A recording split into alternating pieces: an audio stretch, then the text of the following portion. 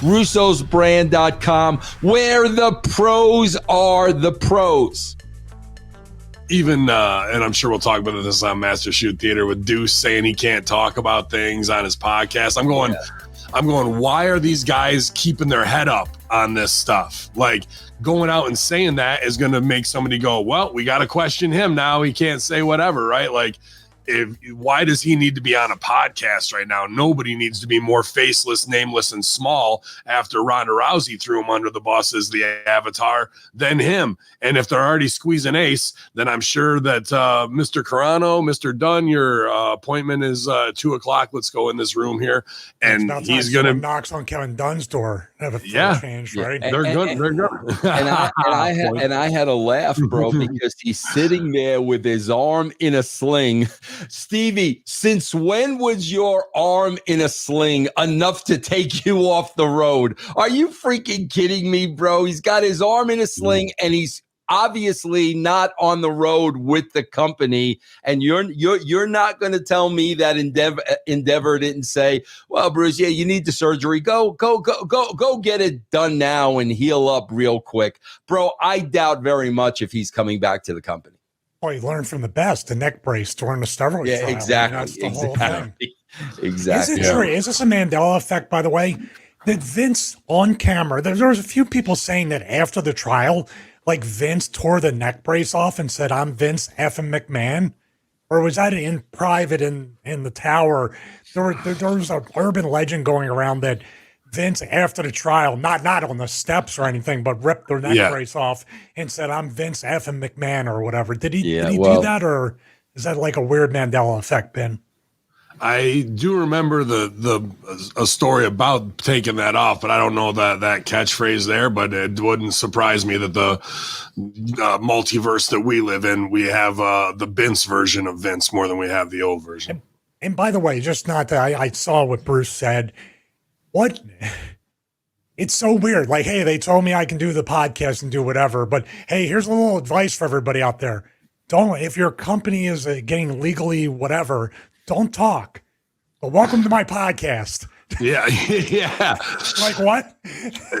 Is that even at the most veteran level, being inside the bubble and not staying small? Like, why? Like, to me, that to me is like, what was the true crime thing where they thought they had the guy and then he was on the fucking mic and they got him? They know they got me. Oh shit! Like that. I was in the room privately. Room, Sir, I forget his name. Yeah. But that's what this feels like to me. Like, you know, your accomplice. You know where the fucking bodies are buried. You know they're coming for you. And I'm gonna go out there and do an interview about wrestling, and I can't talk about it.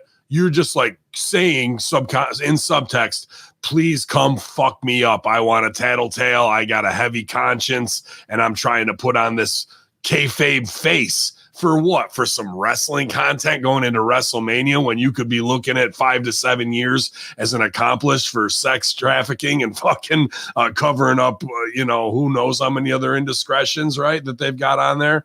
Like, dude, that when I see that episode even dropped, me goes, guilty conscience. Yeah. Well, let me just follow up. This is where Bruce, because he's been so into the bubble, and a lot of guys and girls have been for years and decades. Think about the stipulations in pro wrestling. Think about what you can do. I always make a joke. You can commit a felony on TV as long as there's a camera there. You're not going to jail. But there's a deep-seated kind of disconnect where you can commit a felony, run somebody over in your car. You can have a slave for 30 days if you win a match. You can do all these different things that bleed over into the locker room, into real life. Vince McMahon can literally sexually assault divas on camera, which truth is stranger than fiction. It mirrored what was really going on. So are these things that are in the bubble, in their mind, empowering them to do things? Because there's no court in wrestling that's really, kind of any consequences. I just wanted to put that out there, that they're kind of not hypnotized, but they're indoctrinated to believe these aren't real crimes and I'm not going to get in real trouble. That's a great point, Stevie. Go ahead, Ben. I agree with all of that they've lived it for so long and gotten away with it. But now when the real pressure's applied, and reality comes crashing through that outer shell where you thought you were protected. With Ace's statement alone, how his lawyer tried to flip it, right? And there's going to be more and more and more of that because everyone, podcast wise, whether it's the salacious stuff, and we've said this already, that we're blue in the face, the feds don't raid you for that type of shit. Not usually. Not when they're taking files. Like, you're not going to be keeping files on your NDAs. Well, I mean, to some degree, maybe, but there's plenty of other shit that we've talked about with stock cash-ins, and all those people surrounding them all had stock options and cashed in quarterly, every other quarter, knowingly 4 and 5 days ahead when the fucking news came out. So they that's insider trading 101. So forget about the stuff that sells the newspapers. That's where the real charges are coming. And we haven't even gotten to that yet. The road to WrestleMania is about to be a bumpy one because those people who have a vindictive bone to pick with them are sitting on their nukes. And they're going to wait until it's the worst PR time ever, which will be the week before, the week of, and the week after WrestleMania to drop to either hold somebody's feet to the fire to settle. And when they don't, or they don't give you the number they want, fire nuke one. And that off it's going to go, bro. And then everyone's going to get to WrestleMania in Philly and go, they're not going to be talking about any matches. They're not going to be talking about anything. They're going to be talking about the piss tape that dropped or whatever it is. You know what I would do? Either at Fan Access or the Hall of Fame, I would make the arrest there and perp walk them through Fan Access or perp super walk them right out of the Hall of Fame. All right. Let's go to Young Ryder. Let's ease the mood a little bit. What's going on, Young Ryder? Well, Vince is just trying to relax. He's been under a lot of pressure, so he's going to go to his favorite Chinese restaurant to go have something to eat. But he keeps getting updates on the court case, and it might become criminal.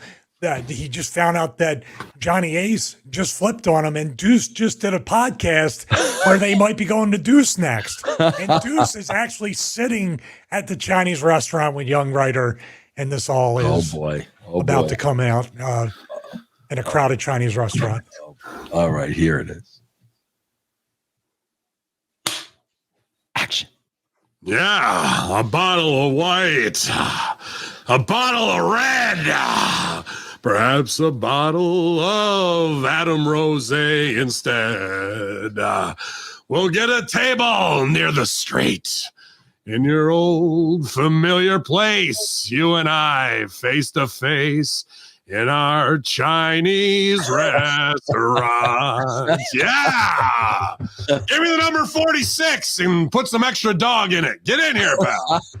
I'm already at the table. I don't know why I have to knock on the table when I'm looking right at you, but I guess. That's right, pal. Knock on wood is what I always say. And Vince, I can't work these chopsticks. Vince, I got my elbow in a sling. Vince, I can't work the chop. I got a lot of problems, Vince. A lot of problems. Just suck on a spring roll, pal. You know how I like to watch it. Put a little duck sauce on the end and lick it off. Real slow, though, this time.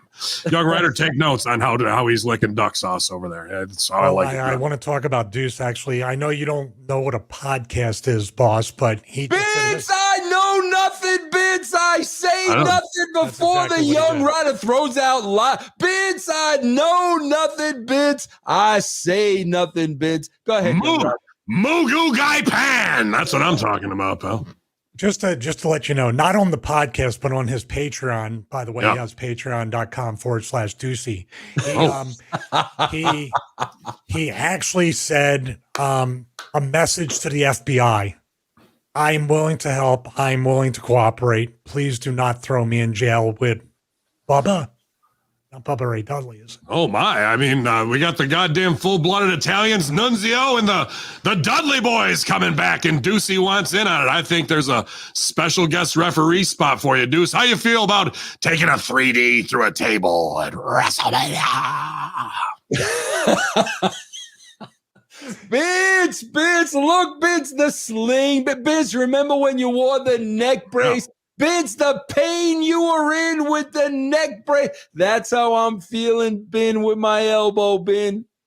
Well, I think, I don't know what you're calling me, Ben, pal. That's our pet name for each other, Benny and Dewey. You know what I mean, pal? That's kayfabe it out here in the Chinese restaurant. But hey, if you want a little Peking duck, you can get under the table, if you know what I'm saying, pal. Check this now, another thing, I think with the recent things that just came to light, maybe we should not call him Deucey. It might make people think about certain things that are going through the news. I don't get your references, pal. So you're gonna have to punch that up before that goes to TV. Somebody's head repeatedly, and then got him. Fuck them. Yeah, that's the problem. When they ask you the question about that, you laugh every time. It's not. It's not a good look. I mean, it's not a good look for the other person. It's he's a slop drop, pal. That's what I call it. You know what I mean? Most of the time. So go ahead. I want to suggest something. Both you guys, even though you don't treat me very well, I love both of you like brothers. I really do. Oh, wow. You're a fucking mark, aren't you? Well, I don't want to. You're the one that cries in Gorilla every show. My brother's dead. So I think you did the neck brace. Yeah. Lucy is doing the arm sling, but this time I think we have to call out the big guns. I think we need the Walker. Oh, Johnny Walker. Yeah, I like that. I think that's the only way to get you out of this, boss. John Morrison looks like shit in that picture, pal, but I think let's get him. Let's get him out here. I think. Vince, I gotta say, with all you're going through, Vince, the trials and the tribulation, Vince, I gotta tell you, Vince, the levity of your candor today. Vince, there's nothing like it, Vince. I appreciate that. I've been working on both levity and candor as much as I can. I'm all about self-improvement, pal. I'm going to try to get to an 1,100-pound belt squat, and next week I'm going to work on duplicity. It's going to be great, pal. It's going to be a big improvement. It's new year, new me, if you know what I mean, pal. Well, it's the middle of February.